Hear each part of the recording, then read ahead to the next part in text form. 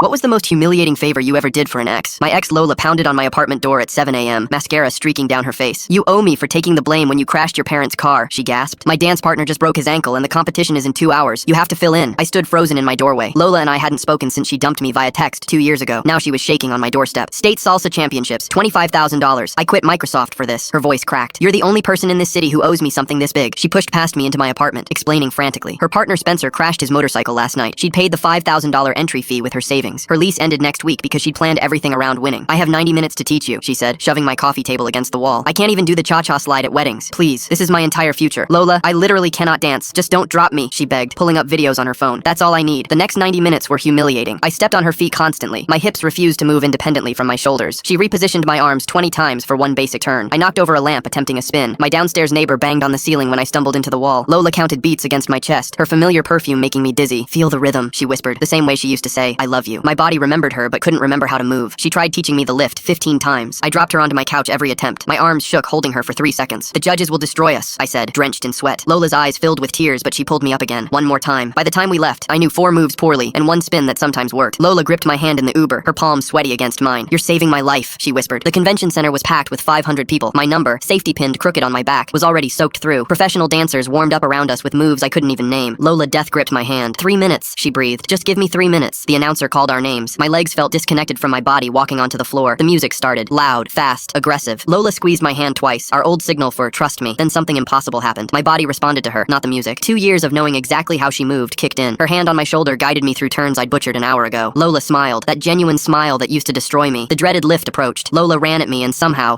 I caught her, holding her above my head like she weighed nothing. The crowd erupted. She looked down at me with an expression I couldn't read. Time stopped. When I set her down, she stayed pressed against me for a beat too long. We finished the routine breathless, her hand on my chest. The judges scribbled notes while the crowd screamed. Lola turned to me, eyes bright with tears. You were incredible. She leaned in like she might kiss me. My heart stopped. Her lips parted. Then someone whistled from the side door. A guy on crutches gave Lola a thumbs up, grinning, cast on his ankle. Is that Spencer? I asked. Just keep smiling for the judges, she whispered against my ear. Spencer hobbled onto the stage during scoring, raising his crutch to the crowd. Couldn't let my partner down, he announced. The judges ate it up. Tragic accident. True dedication. They let him stand with us for results like he danced. Lola ran to the bathroom while we waited for scores. Spencer cornered me behind the stage curtain, his fake grin dropping instantly. Thanks for warming her up for me, he said, checking over his shoulder. She told me about you, the clingy ex who couldn't let go. He shifted on his crutches, leaning close. She felt so guilty about that car thing. She knew you'd do it. His breath smelled terrible. She's mine now, even when she was with you. Lola returned just as the announcer called for us. Spencer's pained expression snapped back into place. She grabbed both our hands as they announced the winners. We won. The check was made out to Lola Nunez and Spencer Benson, the registered partners. Lola hugged me in front of everyone, longer than necessary. You saved everything, she whispered. Spencer kissed her cheek possessively, called her babe while staring at me. 2 weeks later, $1,000 Venmo notification. For your time. I'm sorry about everything, she wrote. You deserved better. I agree.